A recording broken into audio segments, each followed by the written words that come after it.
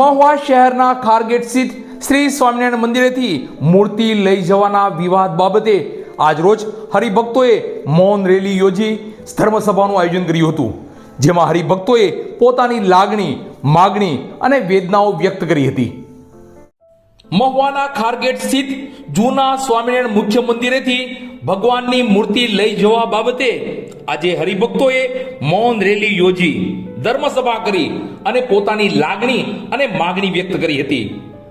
મહુવા શહેરમાં ધર્મ જગતમાં અડધી રાત્રિએ સૂતા ભગવાનને લઈ જઈ અમુક ચોક્કસ લોકોએ વિવાદોનું સર્જન કર્યું છે.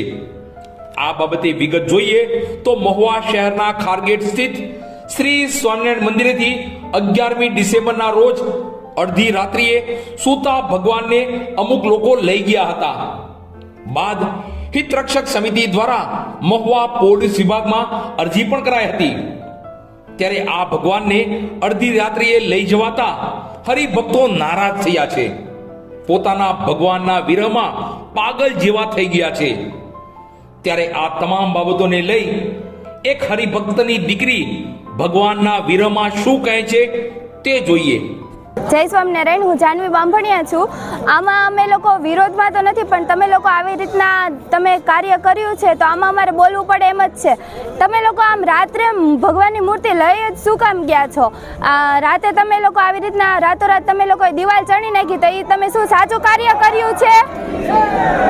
એ તમે શું સાચું કાર્ય કરેલું છે? રાતે તમે લોકો આવી રીતના મૂર્તિ લઈ જાઓ છો, આવી રીતના તમે દિવાલ ચણી નાખો છો, અને દિવાલ ચણવા વાળા ખુદ સ્વામી જ છે.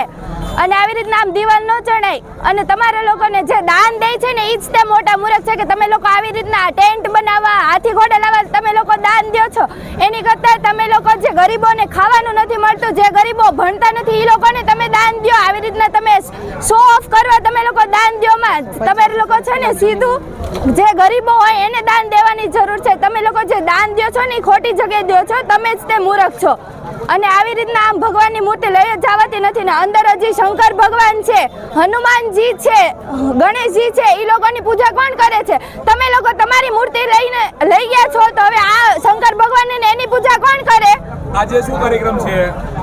આ મૂર્તિ અમને પાછી જોઈએ છે અને આ મંદિર આજે ને આજે ખુલવું જ જોઈએ. અંદર શંકર ભગવાન છે, હનુમાનજી છે, ગણેશજી છે, એ લોકોની આરતી કોણ કરે છે? તમે લોકો તમારી મૂર્તિ લઈ ગયા, તો હવે શંકર ભગવાનની ને એ લોકોની પૂજા કોણ કરે? આવી રીતના આમ ન કરે ને. જ્યારે શંકર ભગવાન તાંડવ પર ઉતરશે ને ત્યારે તમને લોકોને રોતાય નહીં આવડે. ધર્મ જગતના આ વિવાદી ચોરીની વાત કરીએ તો અમુક ચોક્કસ લોકો સૂતા ભગવાનને તો લઈ ગયા, પણ મંદિર પરની ધજાને પણ ઉતારી લીધી. અને આશરે 186 વર્ષ જૂના મંદિરમાં જે ભક્તોની લાગણી જોડાયેલી હતી તે મંદિરમાં તાળા મારી દેવામાં આવ્યા હતા. તો મંદિરના બીજા મુખ્ય દરવાજા પર દિવાલ ચણી દેવામાં આવી છે.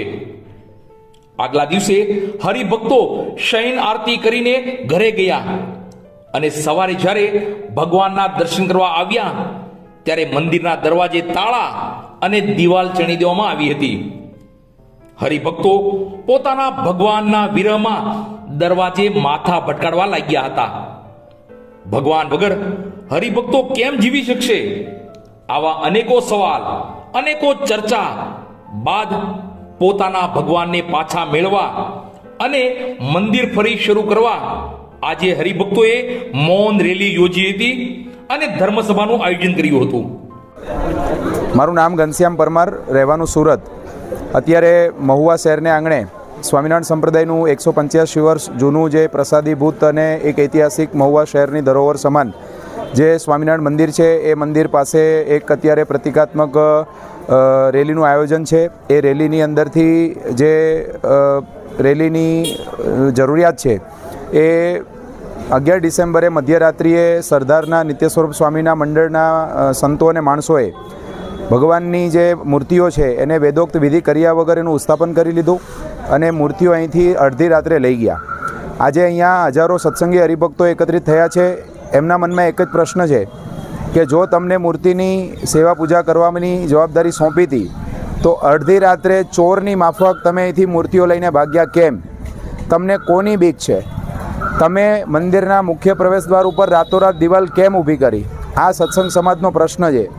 હજારો સત્સંગીઓ આજે પેઢી દર પેઢીથી પાંચ પેઢીથી જે ભક્તો મંદિરે આવતા હતા, આગલી રાત્રે શયન આરતી કરી અને ભગવાનને પોઢાડી અને હરિભક્તો ઘરે ગયા હોય અને બીજે દિવસે સવારે આવે એટલે મંગળા આરતીમાં જોવા મળે છે કે મંદિરની ધજાઓ ઉતારી લેવામાં આવી છે. કોઈ એક હિન્દુ સાચો હોય એ ક્યારેય પણ કોઈ મંદિરની ધજા ઉતારવાનું કુકર્મ અડધી રાત્રે કરે નહીં. આપણા શાસ્ત્રોની અંદર, સનાતન ધર્મની અંદર કોઈ પણ મંદિરના વિધિ વિધાનો હોય છે, એની મૂર્તિ પ્રતિષ્ઠાથી માંડી એની સેવા, એની પૂજા, એના ધજાઓ બદલાવાના પણ મુહૂર્તો હોય છે. શુભ કામ અશુભ કામ ક્યારે કરવું આ બધું જોવામાં આવતું હોય છે. તો તમે સંત થઈ અને આવું જે હિન્દુ ધર્મને લાંછન લાગે એવું કૃત્ય કેમ કર્યું? મહુવા સત્સંગ સમાજ છે એની લાગણીઓને શા માટે દુભાવો છો? આજે લગભગ 25 દિવસનો સમય થઈ ગયો. ન્યૂઝ મીડિયા અને હરિભક્તોની લાગણી અને માંગણી, જો તમારી અંદર સાધુતા છે તો તમારી હૃદયની સાધુતા કેમ પીગળતી નથી? હજારો સત્સંગીઓ અહીંયા રડે છે. મેં મારી નજરની આજે સવારે મેં જ્યારે મહુવા આવ્યા ત્યારે મારી નજર સમક્ષ મેં જોયું એક સત્સંગી જેણે 29 વર્ષ સુધી અહીંયા ભગવાનના દર્શન કરેલા છે. આજે એની આંખમાં આંસુડા આવી ગયા કે અમારા ઠાકોરજીને લઈને તમે કેમ રાતોરાત જતા રહ્યા? હજારો સત્સંગીઓ આજે પણ માંગ કરે છે કે મહુવાની જે ભગવાનની મૂર્તિઓ છે એને પાછી મંદિરની અંદર પ્રસ્થાપિત કરો અને મંદિર છે પૂર્વવત ચાલુ કરો. ભક્તોના જે નિયમ છે નિત્ય ભગવાનના દર્શન કરવાના એને શા માટે બંધ કરી અને તમે પાપમાં પડો છો? જો તમારી અંદર સાધુતા રહેલી છે તો આ આટલા બધા હરિભક્તોની જે લાગણી છે તમારા સુધી કેમ નથી પહોંચી રહી?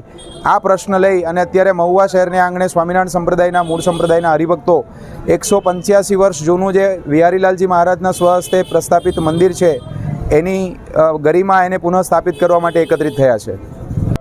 મહુવા શહેરનું ખારગેટ સ્થિત સ્વામિનારાયણ મંદિર કેટલા વર્ષ પૌરાણિક છે? આ મંદિરનો ઇતિહાસ શું છે? અને આ મંદિર બન્યું ત્યારે શું સ્થિતિ હતી? અને આ મંદિર કેવી રીતે બન્યું? અને આ મંદિરમાં પ્રસ્થાપિત ભગવાનની મૂર્તિ કેટલા વર્ષ પૌરાણિક છે? તેવી તમામ મંદિર સાથે જોડાયેલી બાબતોને લઈ ગઢપુર મંદિરના પૂર્વ ટ્રસ્ટી એવા ભૂપતભાઈ રાજાણી શું કહે છે તે જોઈએ.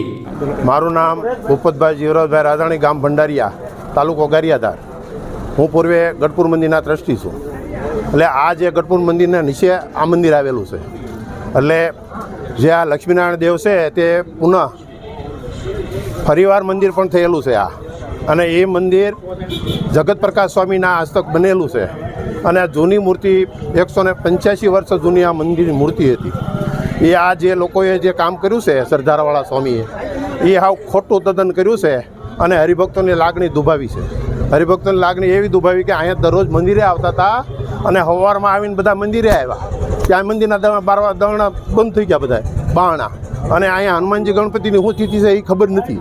અને એમનું મૂર્તિ લઈને રાતે ચોરીને ભાગી ગયા. એટલે આ ધંધો એણે કર્યો છે. એટલે આ સમાજ સહન નહીં કરી લે, કારણ કે આ સ્વામિનારાયણ ભગવાનની આજ્ઞા નથી. સ્વામિનારાયણ ભગવાનની આજ્ઞા એવી છે કે આચાર્ય મહારાજે જે સ્વરૂપનું પ્રતિષ્ઠા કરી હોય એ જ મૂર્તિ સેવાયોગ થાય છે.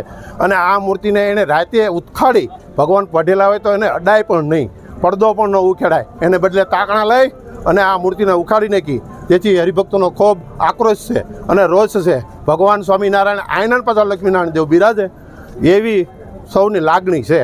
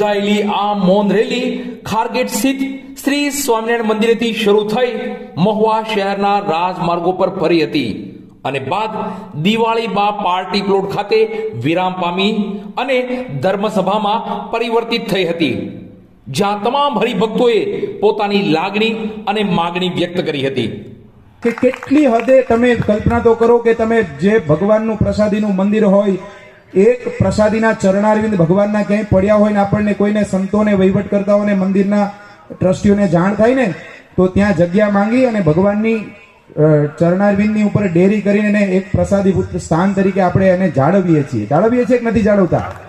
અને આ બિહારીલાલજી મહારાજના સમયમાં બનેલું યોગાનંદ સ્વામી અને ત્યારબાદ આપણા ભાગવત કથાકાર નામ જગત પ્રકાશ સ્વામી, એવા પવિત્ર મહાનુભાવોના જ્યાં ચરણારવિંદ પડેલા છે ને એને તમે રાતોરાત ખંડેર જાહેર કરવા માટે, અરે તમે ધજાઓ ઉતારી લ્યો છો.